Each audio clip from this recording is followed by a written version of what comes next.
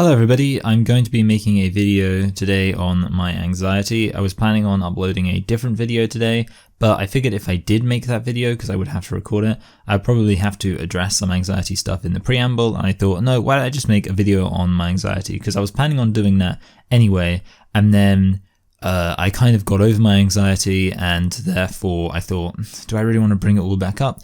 But then I thought, hey, you know, I've got some other stuff I'm anxious about, so I'll just kind of mention that. So in this video, I'm going to cover 6 things. First of all, I want to talk about like the origin story of my anxiety. Second of all, the recent experience I had with anxiety. Third of all, just some like general thoughts on my situation in that regard. Fourth of all, the kind of long-term future I foresee with regards to my anxiety. Fifth of all, any kind of like planned solutions I have and ways to mitigate the effects of my anxiety in the future. And sixth of all, the implications for the channel going forward. So yeah, that's what I'm going to be talking about today. So first things first, how did this get started? I just want to say that I've always been an incredibly anxious person. I was an anxious child. I remember when I was a kid, I was very afraid of the dark. I remember it would take me a long while to get to sleep because I was so scared. And I used to kind of want I remember I wanted there to be like a pill where you could just like fall asleep instantly because I found it really difficult. I also was scared of things like roller coasters when I was a kid. Like whenever the fair was in town, I'd never enjoy it because I didn't want to go on any remotely scary ride. I even remember, I think, being slightly afraid of the carousel, but I still went on it. I would go occasionally on roller coasters, and when I did, I think I'd probably feel better afterwards, but I did feel very nervous about it, which of course was silly because there's nothing scary about roller coasters. But the funny thing is actually there was a very big distinction between kind of me as a child being anxious and me as an adult being anxious, because a lot of the things which I was not scared of as a child, I then became scared of as an adult. A good example would be that when I was a child, I really actually enjoyed flying. I thought it was a really fun thing. And I wanted to be able to fly.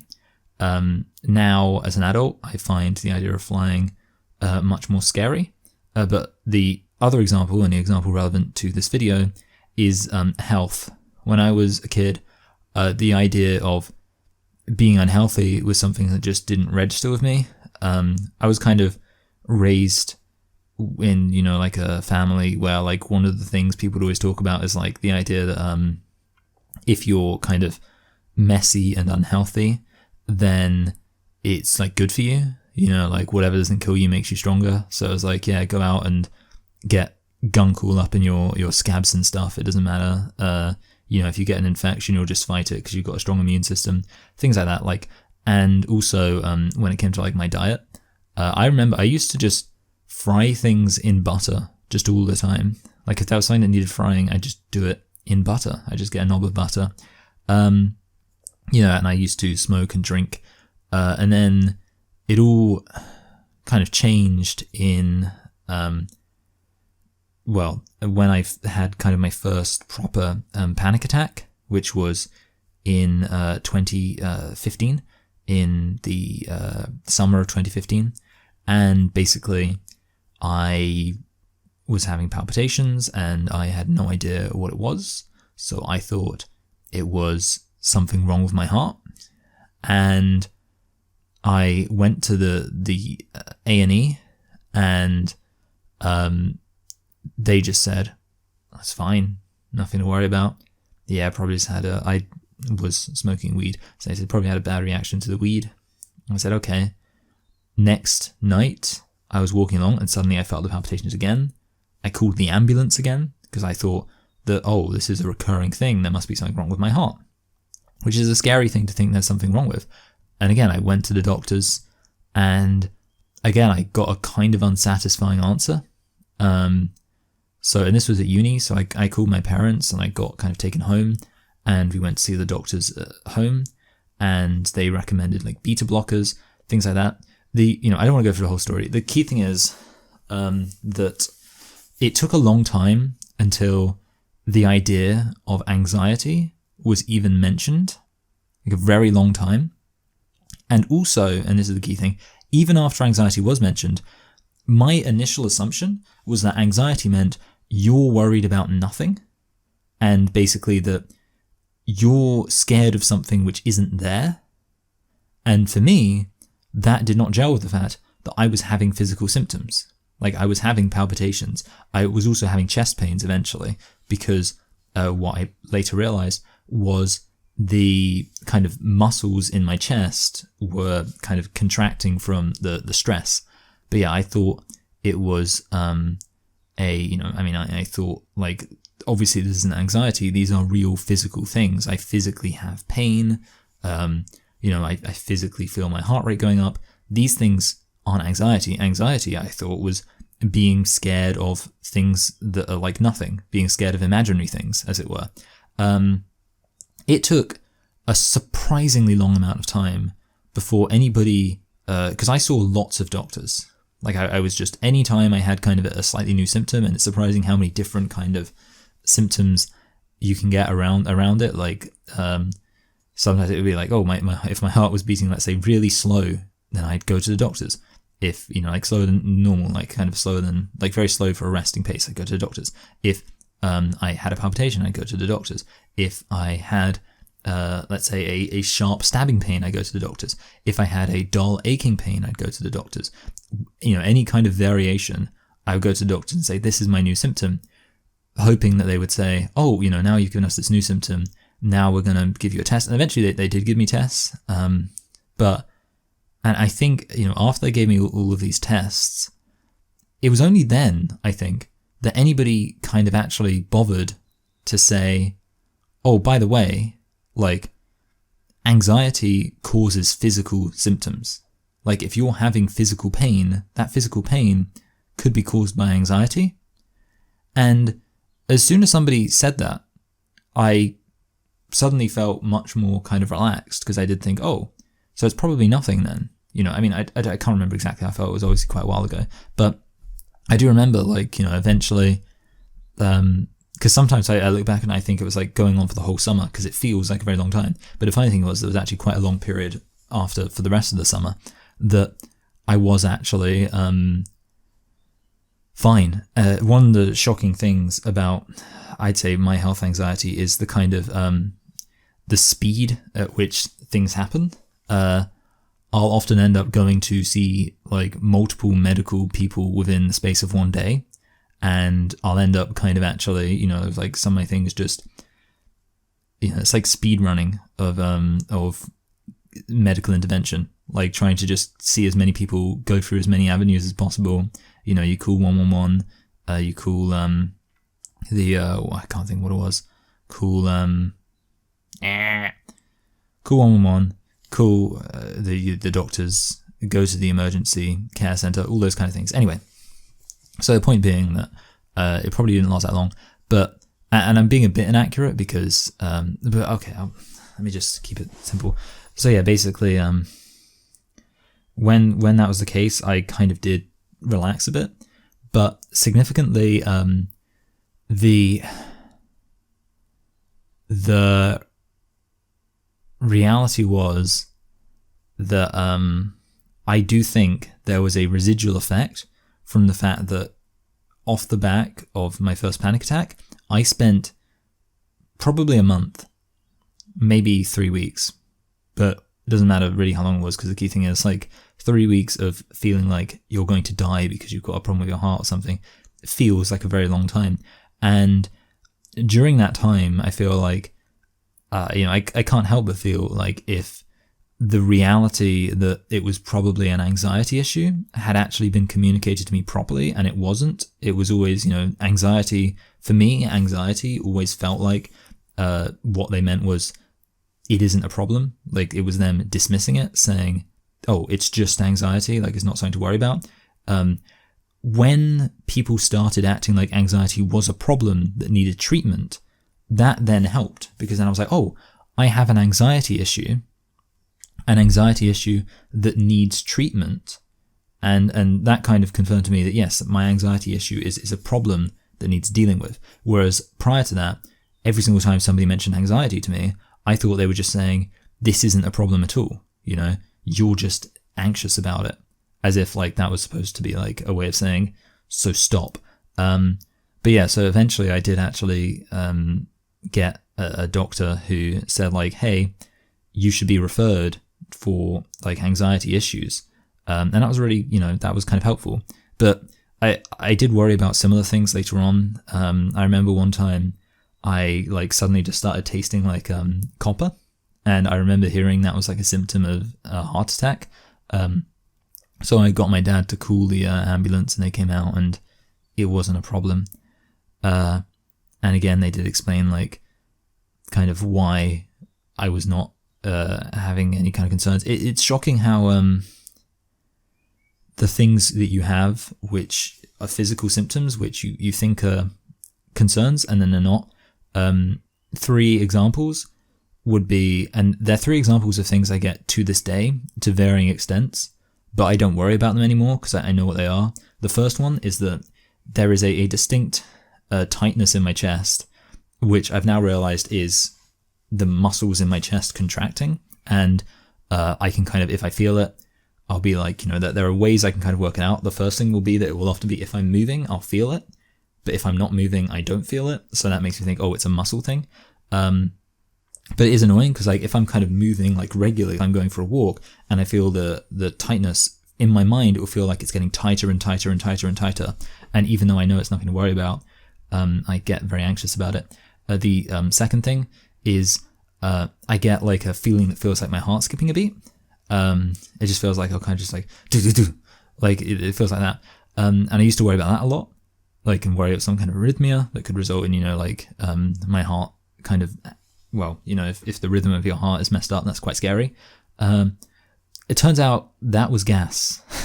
I realized one day when I kind of had it and I felt it, and then I just like burped afterwards, and then it kind of went, and I was like, oh, that's a neat solution. And yeah, to this day, I still get that. Like I do have to, when I'm anxious, I'm afraid I have to burp a lot, which is not pleasant. And the final thing is shooting pain down my left arm. You know, again, you can understand why these were things which I was concerned about. What I've realized now is actually, if I have that, and then I kind of rub my shoulder, there will always be a knot there. I had this recently, and it's shocking how kind of bad it is. I was in the shower, and thank God I still don't have a door, so I can just, you know, point to my shower as a visual cue. I was in the shower, and literally my left arm started hurting, and I went to try and turn off the shower, and it was like my arm was just kind of like numb, like I couldn't move it. And I like got out, and I was like panicking, and then I just kind of calmed down, and I like leaned against, you won't be able to see it, and I don't want to move the camera, but there's like a jutting out bit of my wall that connects this part of my room to the main part of my room. And I kind of like rubbed against it, and there was just a massive knot. And it's like, I would assume what was the case is probably like that the knot was causing the pain, but then my anxiety was probably causing the numbness, and also possibly the reason why I couldn't like move my hand properly, because I was like kind of, you know, paralyzed with fear. And again, but the thing is that kind of lasted for like 10 seconds, I guess, of like me feeling the pain and then starting to worry about it and then going to turn the thing off and then being like, oh no, you know. But then, yeah, like I say, I had to have that moment of calming down and thinking, well, you know, I've had this problem before, let's just check that it's not this thing. And yeah, it was that thing. So that's just like a classic example. And that's all related to kind of my, I guess, cardiovascular health. I had other issues which I've got anxious about. And, you know, I'm not going to go through all of them. The reality is that they don't happen that often. So I'll give another example, because I think it's significant. Before I started doing my master's at uni, so this would have been in September of 2019, I had I had pain in my kind of left side of my back, or was it the right side? It doesn't matter. The key thing is, I thought it was a kidney infection, and I had that pain. It was a very like pronounced pain. It was a consistent pain, and then I also was urinating a lot, which was why I was concerned. And so I went to the doctors and got a test, and then I came back, and during that weekend, I remember I felt so sick. I was just stood there with like a bucket in case I needed to kind of throw up in it. So yeah, I was not feeling good. And it was actually, my mum was like, hey, you know, seeing as you're not really able to kind of focus on actual work because you feel kind of sick or whatever, let's just go out to the careers fair. There was a careers fair, and she was like, you know, I know you say you feel sick, but you know, it's a careers fair and you don't have a job right now, so you should probably go. And I went there, and that's actually how I ended up encountering the person who was working for what's it called? I actually just need to check that I'm recording. Yeah, working for University of Bedfordshire, I guess recruiting for University of Bedfordshire. And he kind of suggested the idea of international journalism, which is what I ended up going on to do. So yeah, as I made that decision, I was going mental with like this pain I thought I had. And then guess what? I got the results back from the doctors, and they said there was absolutely no evidence of a kidney infection at all, even though I had like a pain in my kidney and all that kind of stuff. So I think it's probably a case of it was just all in my head. And then the funny thing is though, after that, for over a year while I was actually at uni, I didn't have any issues. And then the penultimate one kind of was in late November. And I remember because we were planning on doing a Thanksgiving meal, because it was also we were moving out of our old house, so we figured we'd kind of do it as like a way of saying goodbye, but also coinciding it with Thanksgiving. Although in the end we didn't end up coinciding it with Thanksgiving because and this is going to sound very silly, I had a pimple on my nose, but I couldn't find the pimple. Like I couldn't find kind of the, you know, like if you have a pimple that's like the whitehead. I just had like a redness on my nose. And at first I wasn't worried about it. Like I wasn't worried about it at all. And this is a recurring thing you'll see, a recurring thing in general. Like I'll often have a thing and I won't be worried about it. But then I kind of had it for a while, and eventually somebody said, Michael, why is the tip of your nose red? So I looked up like tip of your nose red, and it said like basically, oh, it's like an infection, you know, like, oh, it's I think it's called like nasal pharyngitis or something. And I was looking up and it said like, oh yeah, it often presents as like a red tip of your nose. Apparently it's called like Rudolph syndrome or something. And it said, yeah, without treatment, it can spread into an infection that can go into your brain. And, you know, you'll have an infected brain then, which is not a good thing. And I said, hey, you know, to my parents, I said, hey, you know, I'm really worried about this. Could you drive me to the urgent care so I can talk to them about it? So I did. I wasn't waiting that long, which was really nice. And then they said, yeah, it's a pimple. But like, and it sounds like weird, but like, they did a good job of kind of explaining, like, it's because sometimes obviously a doctor can say something, it can sound a bit dismissive and that doesn't help, but sometimes a doctor can say something and if they say it like confidently, it helps. And in this case, the woman I spoke to was like, yeah, don't worry about it. This is literally a pimple. Like, this is not an infection. You know, if it was it's just not an infection. And I was like, yeah, okay, I can believe that. And then I got over it pretty quickly. But the key thing is I was genuinely like worried. I was worried enough that I felt like physically sick. Like I felt like kind of anxious in the pit of my stomach, and it really ruined fake Thanksgiving. In the end, the Thanksgiving that we ended up doing instead worked out pretty well.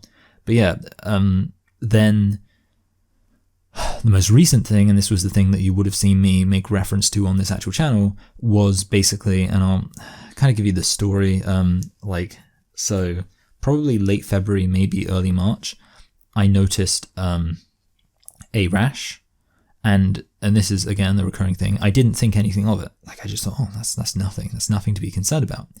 And then on the, I believe, 7th of March, I think, we're moving on to part 2, by the way. Now this is the recent experience, just so that's clear. I was kind of looking at it and thinking, oh, it looks pretty gnarly, you know. And then I saw there was a bump next to it, and I looked it up, found out it was a swollen lymph node. And at that point, I was anxious because I was like, oh, you know, there is something wrong with me. And that's a lot of the time the initial kind of like an aspect of my anxiety, which is strange, is like a lot of the time I'm not even worried about a specific thing. It's just the idea of knowing there is something wrong that really just bothers me. Like, just to know, like, oh no, there's something actually just up right now. Yeah, it really is scary to me. And, you know, I booked a doctor's appointment, and then I kind of went to doctors. And again, and this is a common thing, because I wasn't that worried about, like, I wasn't actually worried about any specific thing. I was just like, oh, this is like a scary thing, isn't it? The doctor kind of said, oh yeah, it's nothing to be worried about. And I was like, yeah, sure, I believe that. Then, and this was on Monday the 8th of March, I get back home and I notice I've got a pain in my leg. So I look up kind of like swollen lymph node, pain in leg, and it says, oh, this is like a symptom of lymphoma. Yeah. So then I like called the doctors again. I'm like, hey, I've got a new symptom. Can I speak to the doctors about it? And they say, yeah, we can book your appointment for tomorrow in the, you know, in the morning. Actually, key thing I just want to say, in the UK, if you want to book a doctor's appointment, you have to get up early. You have to book a same day appointment. That's like a thing. You have to get up early to book an appointment. And it's very bad, because if you're worried about something, obviously you're not going to get to sleep very early. You're going to kind of like be struggling to fall asleep. So then if you add on to that the fact you have to get up early in order to call the doctors to let them know you want an appointment, it basically just means that you end up sleep deprived, which, if you're already nervous about something or already feeling a bit poorly, to be sleep deprived on top of that is really crap. And that does lead me back to the fact that I should also point out, when I went to A&E 2 days in a row, 2 nights in a row, because I was concerned about my heart health, because of the initial panic attacks, I was actually awake from until 6 and 7 in the morning respectively. So yeah, like because I was actually in the waiting room for 7 hours both time. The only difference is the first time I went there at 11, the second time I went there at midnight. But yeah, I was in the waiting room in the like urgent care, whatever it is, the A&E, for 7 hours, and obviously that completely screwed up my sleeping pattern. So guess what? If you're already feeling anxious, if you're already not feeling well in yourself, to then have your sleeping pattern completely screwed up is an extra problem on top of that. And I genuinely do think like the NHS really needs to sort it out, so like it will be much more accommodating for people who want to sleep, because surely sleep is one of the most important things when it comes to actually being healthy, not just mentally but physically. So yeah, like genuinely, NHS, please sort it out. Please make it so that like if somebody gets injured in the middle of the night, they're not going to have to stay awake for the rest of the entire night and then get home at 7 in the morning in order to be able to sleep. That's like not an okay thing to do. I mean, it's just like so obviously going to cause way more issues. But yeah, whatever. Anyway, so yeah, I did that, and then I spoke to the doctor, but annoyingly, on the Monday evening, I stood up and I felt like a pain in my back, and it was where there was a mole. And I thought, oh god, you know, there's a pain in my mole. And I did look up like melanoma. Can it cause like a rash or something? So I was wondering whether or not it was connected to the rash and the lymph node, and it said yes. I was worried about that. But again, and this is the key thing, I wasn't too worried.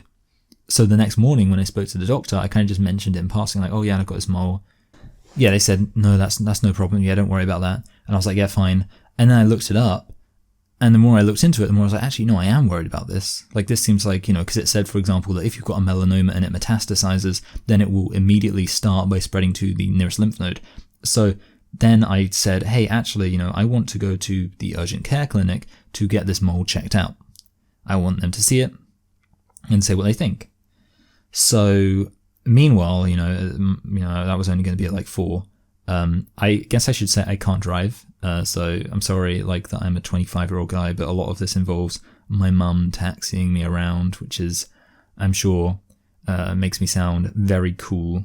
But yeah, while I was waiting for my mum to be able to drive me to the urgent care clinic, I decided to go on a walk with my sister. And the whole time I was walking, like this pain in my mole, like every single time anything rubbed against it, it hurt. It was very sore. But I went to see the doctor. Well, I went to the urgent care clinic on the Tuesday evening, well, Tuesday afternoon, I guess. And I was waiting there for over an hour. So, I mean, I will say this. In the UK, there's like these places called new towns, which are like towns that are new. But the one great thing about living in them is that I do think they have much better a medical situation. Where I was when I first had my issues was in York, which is quite an old place. And I do think it's generally true that the older the places in the UK, the worse the medical facilities are. Just because like they haven't been updated. Like, where I live, I feel like genuinely the medical facilities are kind of like top drawer, like really good quality, and I like it. But yeah, I do feel like sometimes I imagine like, what if I moved to, like a kind of older area that had been like more neglected and hadn't really been built up in a while. I feel like I'd notice a distinction in the kind of quality of medical care. I realize usually people say distinction is like a good thing. I mean, distinction is a bad thing. Anyway, so I went to, it was an hour wait, which was not terrible for A&E. And then I go in there and I say, hey, I've got this mole, blah, blah, blah. And the nurse says, we don't deal with that at urgent care, because like that's not an urgent thing. That's like something where you've got to speak to your doctor, and then your doctor will refer you to a dermatologist. Like, we don't look at moles in urgent care. And I was like, ugh, like this is like, because for me, like being told that just means this was a massive waste of time. So now I'm like, but it is urgent because of my anxiety. Like the effects of my anxiety are urgent. Like, I can't sleep, I can't eat properly, blah, blah, blah. And she said, okay, tell you what, I'll go get you a doctor, because she was a nurse. I'll go get you a doctor. The doctor was a woman too, by the way, because women can be doctors. It just happened that this woman was a nurse.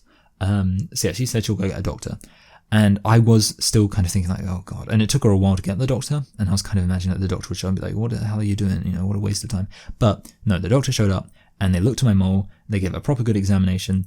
And they kind of also looked at my rash, looked at my lymph node. And they said, yeah, first of all, this mole and this lymph node, they're not connected. Like, don't worry about it. They said like, there's no way like you've got a rash and you've got lymph node. Those two things are connected. Having a mole that hurts is nothing to do with it. Also, when I look at your mole, none of the symptoms suggest anything to be concerned about. So I said, okay, that's kind of convincing.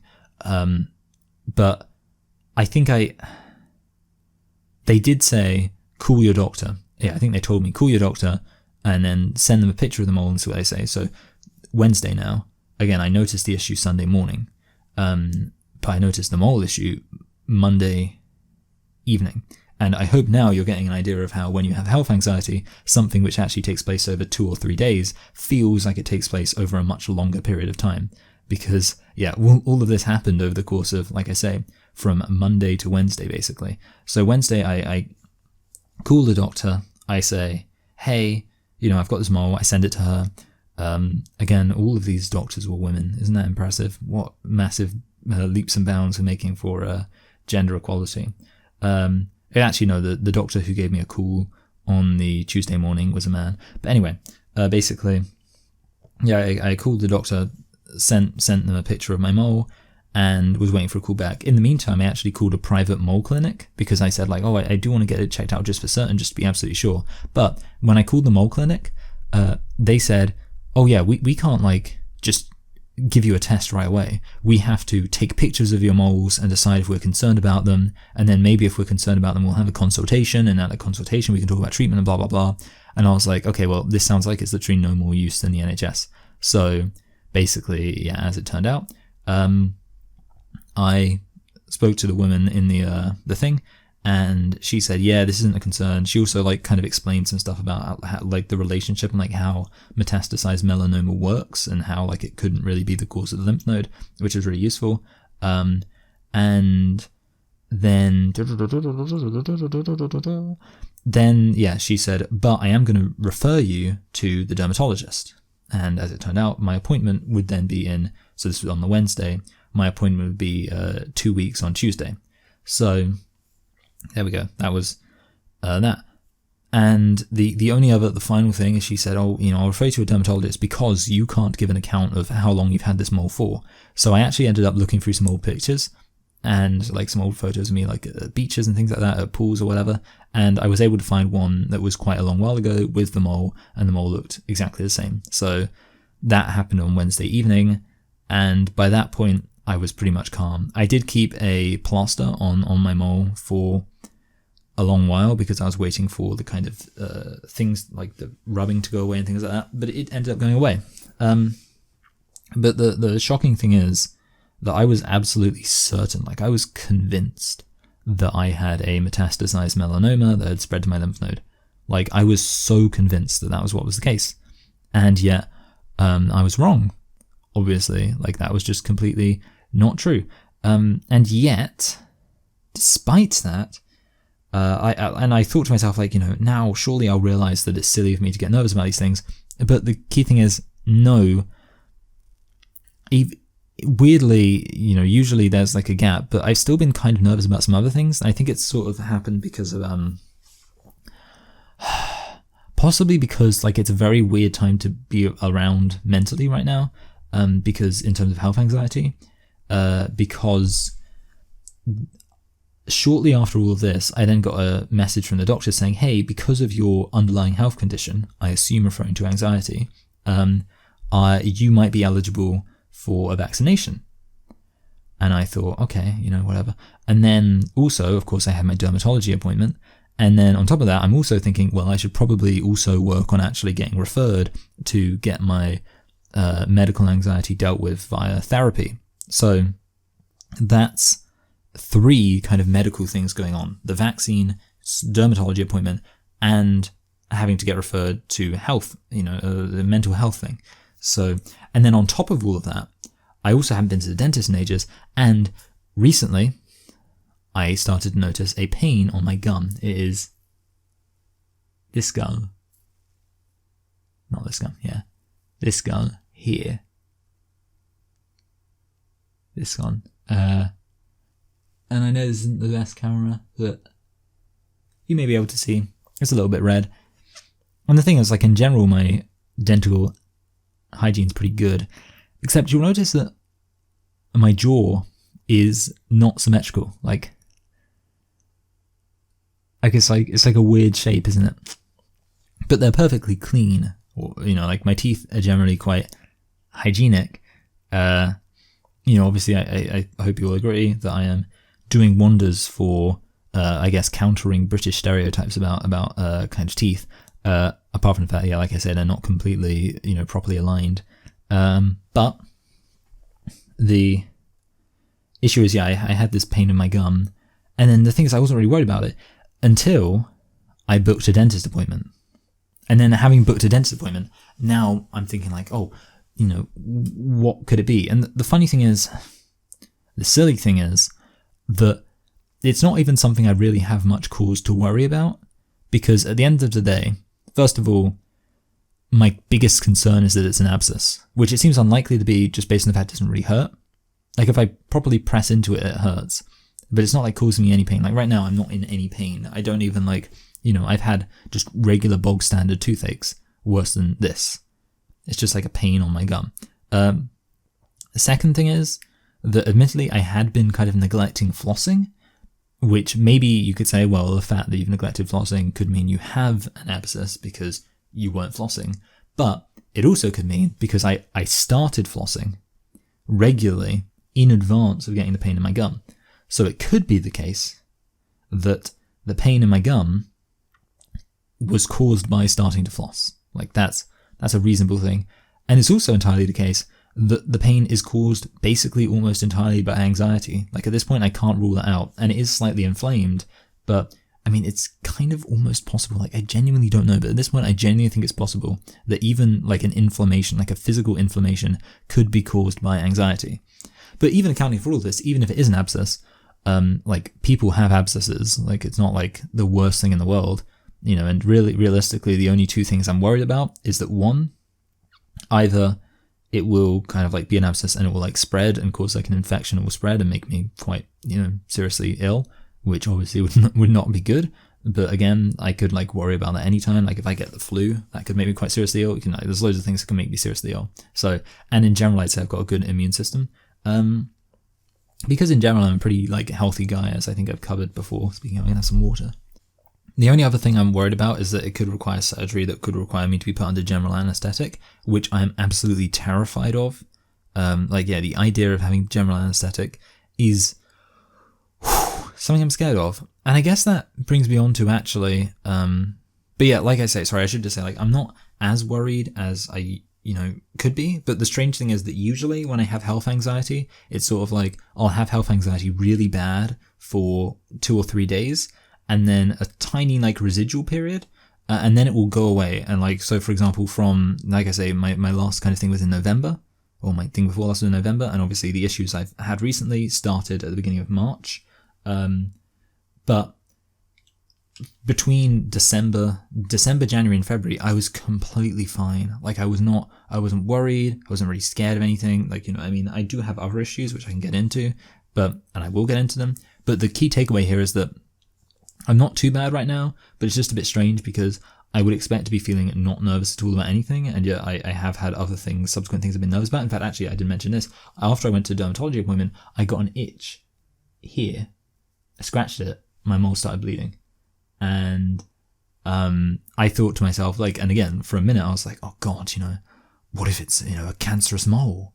But again, I thought to myself, come on, be realistic here. You've just been to the dermatologist. There's an obvious psychological reason why you would have like an irritation on your mole, and because you've got that psychological association. And yeah, since then it hasn't itched at all. But yeah, basically there is a case in which it's kind of like, I think because there's still so much medical stuff going on with the vaccine, which I haven't made a move on. I'm not like anti-vax or anything, but for me mentally right now, the idea of going, like arranging an appointment, going to the appointment, waiting at the appointment, getting an injection from a needle, and then having to spend the next couple of days like worrying about if I'm going to get side effects. No. Like again, I'm not anti-vax, but I just I can't deal with that right now. So it's not happening. Sorry for, I don't know, not contributing to herd immunity or whatever it is. I don't know. So yeah, but it's something which I'm going to try and pursue at some point. It's also a similar thing with the mental health stuff. Like I'm not going to speak to a therapist immediately, because I just kind of want to give myself like a break from all this medical stuff. And yeah, like I've got to wait now until next Tuesday. Next Tuesday I can see the dentist, and I'm hoping they'll say it's nothing. If they don't say it's nothing, I'm going to have to worry about that, which again, these are the kind of things that make me worry. But yeah, it's kind of like, I feel like the fact that there's been other kind of medical things going on right now means that I've been worrying about things more. So that's that. What else is there? Oh yeah, okay, so I just want to cover the fact that in general, I've still got like other anxiety issues. Like I still get kind of panic attacks, and like a general sense of anxiety independent of mental health, physical health anxiety. The other thing I still get is like phobias. Like I'm terrified of the deep water. But yeah, all of this, this is just like general things. It's not really stuff that which like has major implications, but I think it's, part of like the broad tapestry of my whole situation. And, it's also true that I think, the other thing I'm terrified of, because I mentioned the idea of going under general anesthetic, I cannot deal with the idea of not being in control of my own mind. And it's why I will never, ever, ever take antidepressants or anti-anxiety medication, because I tried it once and every single time I started feeling comfortable, I immediately began to feel terrified because I realized that I was no longer in control of my own emotions. Like, as weird as it sounds, when I'm anxious, I feel like at least I am anxious. At least like it's kind of my mind that is having anxiety. Whereas the one time when I took anti-anxiety medication, being calm made me feel more anxious, because I was like, your brain is being tricked right now. And that made me uncomfortable. That made me feel weird, knowing that my brain was being tricked through drugs. That was something which was very scary to me. And very related to that is my fear of ever being under general anesthetic. Like, whatever it is, whether it's because, that's why I don't get drunk anymore. Like, I don't drink alcohol because I don't want to get drunk. Because being drunk, that idea of like not being in control of my own mind, like having any kind of lack of alertness is very scary to me. And yeah, like, so obviously that's why I do not like the idea of being gassed or given some kind of cocktail of drugs that would be intended to make me delirious. So yeah, definitely my preference would be local anesthetic all the way if anything's going to happen. I do know one time my sister went to the doctor, and I swear she said she got a tooth pulled without anesthetic because she was afraid of needles. And I kind of believe it. I didn't know she was that afraid of needles, but there we go. And me personally, I'm actually, weirdly, I'm not really afraid of needles. Like, I'd say I'm a normal amount of afraid of needles. Like, I'm not like completely like, oh, that's fine, yeah. But like, I'm not like petrified of them. So, me personally, yeah, if someone wants to kind of give me some local anesthetic, then I'm fine with that. I just really don't like the idea of general anesthetic. So, that's my concern. But realistically, it's kind of like, I went from being like a week or 2 weeks ago, a fortnight ago, scared of the idea of a metastasized melanoma, like I say, which would be very potentially lethal, to now I'm worried about like a problem with my gums. And it's like, it seems like a bit of a step down. But yeah, I'm still worried about it. It's not something which I'm going to kind of really let kind of determine my mentality in a broader sense. I'm just going to kind of deal with it, but it's going to be there in the back of my mind. And it's annoyingly probably going to make it difficult for me to like sleep properly and things like that for a while. But yeah, it will be interesting. It'll also be interesting to see whether or not, because usually, as you kind of gathered, when I have a mental health issue or like a medical health issue, I will go to the doctors regularly for a period of 2 or 3 days until the problem goes away. In this instance, I'm not going to be going to the doctors or, any kind of medical professional, the dentist obviously, until next Tuesday. So it will be interesting to see whether or not it kind of goes away on its own, or whether or not I just get more and more nervous about it, or whatever else. Yeah, like I say, it will be, yeah, we'll see. And ultimately, yeah, I'm kind of hoping it will go away on its own, obviously. And it's just like a standard inflammation. But ultimately, yeah, it'll be interesting to see whether or not in advance of going to the dentist on Tuesday, I'm particularly nervous. It's possible that won't be the case.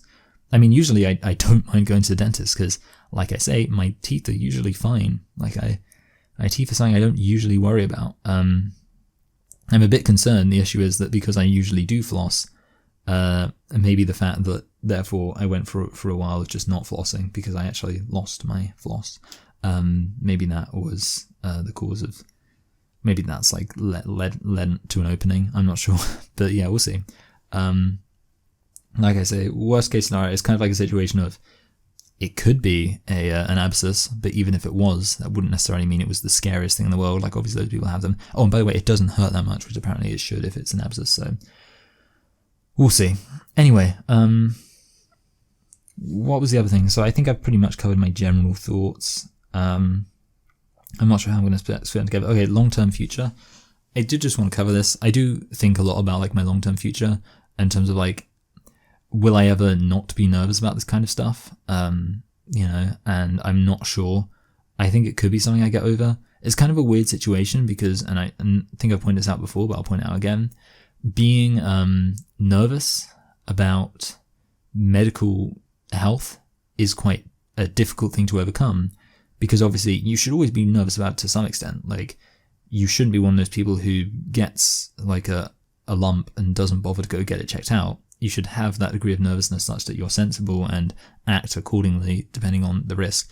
But, the problem is with me, I guess, I'm not that good at doing things in moderation. That's the reason why, for example, I don't drink at all. Because, so for me, it's kind of like and I guess, the problem is that obviously I went from being profoundly unhealthy, doing all the unhealthy things like high saturated fat, low consumption of fruit and vegetables, what else? Smoking and drinking, to being super healthy, super health conscious, and obviously mentally, the situation I'm in right now is not necessarily that good for me. So yeah, I don't know how easy I'll find it to ever kind of find that balance between medical health and mental health, but hopefully I'll be able to find it. I will say, see, here's the thing. find it hard to imagine the idea of me like living to be kind of like 70 or 80 or 90, which is funny because every single great grandparent I've had, every single one, I think every single one lived into their 90s. You know, I have genetics on my side in that regard. But there's also, I don't know, there's like a part of me that genuinely, because I'm like spend a lot of my time worrying about my medical health, it's almost like I think, you know, I've been worrying about my medical health for 6 years or whatever, and I've been fine. But I think to myself, oh, you know, are you really going to be fine, 6 years, but are you going to be fine for the next 60 years? Really? And,